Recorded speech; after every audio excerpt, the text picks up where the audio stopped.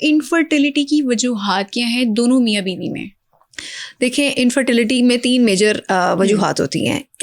1/3 अगर मेरे पास 10 कपल्स आते हैं जिनको प्रेगनेंसी नहीं हो रही, उनमें से 3 से 4 कपल्स वो होते हैं जिनमें फीमेल के मसाइल होते हैं, यानी कि वाइफ के कुछ मेडिकल इश्यूज होते हैं, पीसीओएस, एंडोमेट्रियोसिस या कोई भी इश्यूज हो सकते हैं।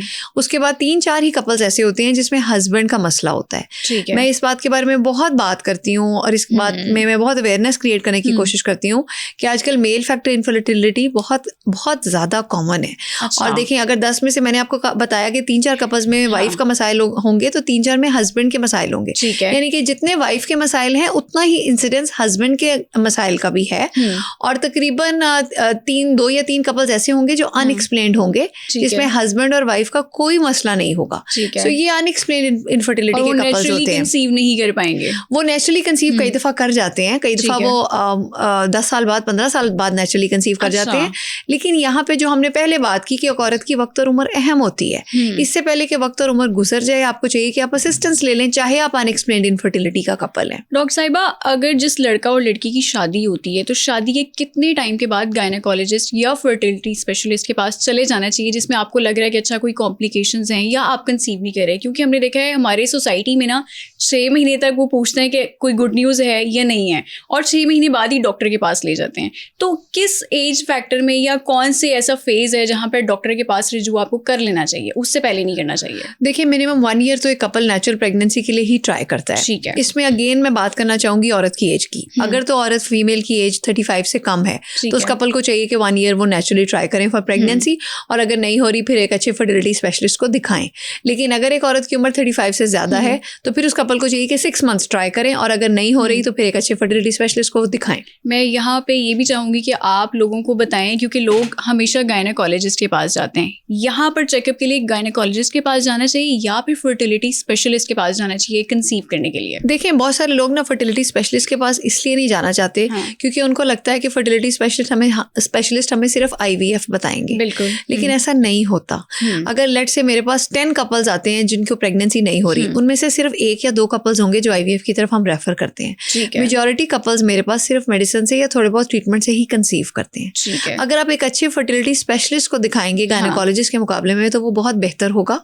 लेकिन जाहिर है असल में पाकिस्तान में ना चेक एंड बैलेंस का थोड़ा प्रॉब्लम भी होता है, और दूसरा ये भी है कि लेकिन हर डॉक्टर की एक रेपुटेशन होती है, टैबू भी किसी हद तक बन जाता है पाकिस्तान में। हमारे यहाँ ये भी एक रिवाज है कि फर्टिलिटी स्पेशलिस्ट के पास जाएंगे तो वाकई IVF कर लेंगे, इसके अलावा इसलिए जरूरी नहीं है। बहुत कम कपल्स होते हैं जो IVF से कंसीव करते हैं, मेजॉरिटी कपल्स IVF के बगैर ही प्रेग्नेंट होते हैं। तो सक्सेस रेट क्या है फिर IVF का, अगर हम पाकिस्तान में बात करें? देखिए, IVF का सक्सेस रेट तो वर्ल्ड वाइड अगर आप देखें तो वो औरत की एज के हिसाब से ही हम बताते हैं। ठीक है। जैसा मेरी आदत है, हम लोग 35 से कम वाले जो पेशेंट्स होते हैं ना, उनमें से हम लोग 10 में से 6 to 7 कंसीव कर जाते हैं एक IVF साइकिल में। 60-70% तक सक्सेस रेट होता है एक औरत का जिसकी एज 35 से कम है।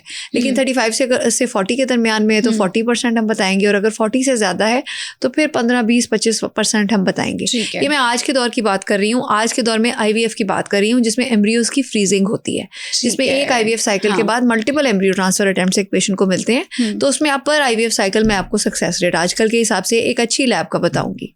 आपने एम्ब्रियो फ्रीजिंग की भी बात की है, अब मैं यही बात आगे लेके चलूंगी कि एग फ्रीजिंग किस एज में ख़वातीन को करवा लेनी चाहिए? देखिए, एग फ्रीजिंग एक ऐसा मसला है जो मुझे लगता है कि पाकिस्तान में अभी बिल्कुल एक टैबू है। IVF थोड़ा सा फिर भी पेशेंट्स को समझ आनी शुरू हो गई है, IUI और IVF पेशेंट्स को समझ आनी शुरू हो गई है। लेकिन अभी ख़वातीन में अपनी एज को लेकर इतनी अवेयरनेस नहीं है, वो एग फ्रीजिंग नहीं कराती, और उसकी वजह यह है कि एग फ्रीजिंग की फैसिलिटीज़ भी पाकिस्तान में आप कह सकती हैं कि ना होने के बराबर है। कहते तो ये है कि 30s में एक्सपेंसिव है, IVF जितना ही ऑलमोस्ट एक्सपेंसिव है, क्योंकि IVF वाला ही पूरा प्रोसीजर होता है।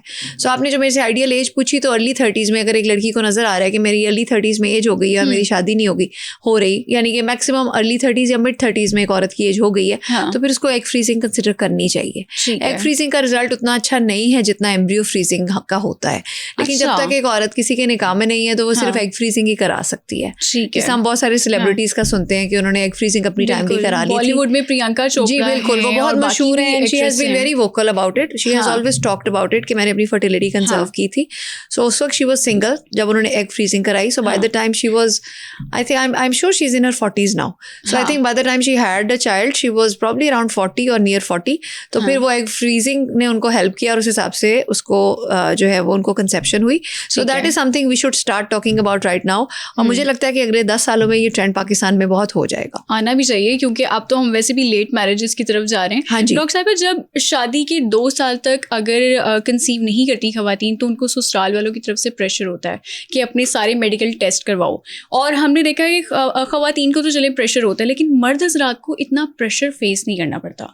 उनकी वो टेस्ट भी नहीं होते, और अगर टेस्ट वो करवा लें तो वो रिपोर्ट छुपा लेते हैं, या वो टेस्ट की तरफ जाते ही नहीं है और ससुराल वाले मर्दों की साइड ले रहे होते हैं कि नहीं ये तो बिल्कुल सेहतमंद है, इसको क्या हुआ है। खवातीन को प्रेशर दिया जाता है, प्रेशराइज उनको किया जाता है, जिसकी वजह से वो डिप्रेशन में भी चली जाती हैं। तो मर्दों के टेस्ट होना कितना ज़रूरी है? देखिए, फर्टिलिटी की जब भी बात करते हैं ना तो फर्टिलिटी एक कपल का इशू है।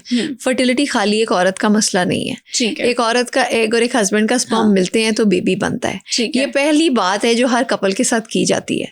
और अगर 1 साल से एक कपल को प्रेगनेंसी नहीं हो रही तो उसमें वाइफ के साथ साथ हस्बैंड का टेस्ट बहुत अहम होता है। ठीक है। और ऑनेस्टली मैं आपको बताऊं, एज अ फर्टिलिटी स्पेशलिस्ट मैंने बहुत एजुकेटेड कपल्स भी देखे हैं। अच्छा। बड़े, हाँ जी, बड़े वेल ऑफ कपल्स भी देखे हैं जिसमें हस्बैंड अपना टेस्ट, वैसे मेजॉरिटी मेल्स जो हैं वो अगर मैं उन्हें कहती हूँ तो वो टेस्ट जरूर करा लेते हैं। चंद एक मेल्स हैं जो कि जो इगोइस्टिक होते हैं। और देखिए, बज़ाहिर एक आदमी को देख के या उसकी सेक्सुअल एबिलिटी के हिसाब से नहीं बताया जा सकता कि एक आदमी ठीक है कि नहीं जब तक उसका सीमन टेस्ट नहीं होगा। सो आजकल के दौर में मुझे लगता है मेजॉरिटी लोगों को आई वुड से कि ये अवेयरनेस है कि हस्बैंड का टेस्ट अहम होता है, और चंद एक लोगों को नहीं होती और उनको हम समझाते हैं, और I would say majority patients करवा लेते हैं। आप बीइंग अ फर्टिलिटी स्पेशलिस्ट क्या देखती हैं कि आज के दौर की, लाइक अगर हम 5 साल की चलें बात कर लेते हैं, तो खवातीन में इनफर्टिलिटी ज़्यादा है या फिर मर्दों में इनफर्टिलिटी ज़्यादा है, और इसकी वजूहात क्या है सबसे ज़्यादा? देखें, इनफर्टिलिटी का मसला ख़तरनाक हद तक बढ़ रहा है। हाँ। वर्ल्ड हेल्थ ऑर्गेनाइजेशन WHO के 2023 कंसेंसस के मुताबिक हर 7 में से 1 कपल को प्रेगनेंसी के लिए किसी न किसी असिस्टेंस की ज़रूरत है। ठीक है। और ये वक्त के गुजरने के साथ साथ बहुत तेज़ी से बढ़ रहा है। ठीक है। और इनफर्टिलिटी में आदमियों के मसाइल बहुत ज़्यादा बढ़ रहे हैं। अच्छा। और आदमियों का मेन मसला क्या होता है, इनके इसमें ये होता है कि हस्बैंड के स्पर्म सैंपल जो होता है उसके अंदर सीमन एब्नॉर्मैलिटीज होती हैं। ठीक है। जिसमें स्पर्म्स का नंबर नॉर्मल से कम होता है, स्पर्म्स की जिसामत कम होती है जिसको मोर्फोलॉजी कहते हैं, या स्पर्म्स की हरकत कम होती है जिसको मोटिलिटी कहते हैं। ठीक है। सो हस्बैंड के स्पर्म पैरामीटर्स में एब्नॉर्मैलिटीज बहुत ज़्यादा आजकल बढ़ गई हैं। अच्छा। और ये पिछले 50 साल में इसका बहुत ज़्यादा इंसिडेंस हो गया, और मुझे लगता है कि आने वाले वक्त में ये और भी ज़्यादा होगा। आजकल के दौर में जितने फीमेल के मसाइल हैं उतने ही आप कह सकती हैं मेल के मसाइल हैं। ये तो आपने बहुत अलार्मिंग सिचुएशन बता दी है कि आने वाले 50 साल में मर्द हज़रात में इनफर्टिलिटी रेट बहुत ज़्यादा बढ़ जाएगा। हाँ जी, एग्जैक्टली, बिल्कुल यही प्रोजेक्शन है। बहुत सारे लोग जो इनफर्टिलिटी पे रिसर्च करते हैं उनकी ये बहुत प्रोजेक्शन है। ठीक है। कि आने वाली 1-2 सदियों में आदमियों की फर्टिलिटी और ज़्यादा कम होती जाएगी। क्या वजूहात है? मर्द हज़रात ये इनफर्टिलिटी वाली साइड पे क्यों जा रहे हैं? डाइटरी हैबिट्स हैं, लाइफस्टाइल है, या क्या वजह है इसकी? देखिए, किसी हद तक ये सब कुछ है। एग्जैक्ट वजह बतानी तो इसकी मुश्किल है, लेकिन नॉर्मली जब हम लोग बात करते हैं इसमें हमारा आजकल का लाइफस्टाइल है, हमारी आप कह सकते हैं आर्टिफिशियल हमारी डाइट्स हैं, उसके अलावा हमारा गलत स्लीपिंग पैटर्न है, फिजिकल एक्टिविटी हमारी बिल्कुल नहीं है, स्क्रीन का यूजेज हमारा बहुत ज़्यादा है, स्मोकिंग है, ड्रग इनटेक आजकल लोगों में बहुत ज़्यादा है। उसके अलावा हमारी इन्वायरमेंट में बहुत सारे पोल्यूटेंट्स हैं, हमारी डाइट में आर्टिफिशियल प्रिजर्वेटिव्स हैं, प्लास्टिक कंटेनर्स का यूज़ है, बहुत सारी चीज़ें हैं। जैसे आजकल देखें बहुत सारी बीमारियां बढ़ गई हैं, उस तरह फर्टिलिटी का भी इशू बहुत ज़्यादा बढ़ गया है।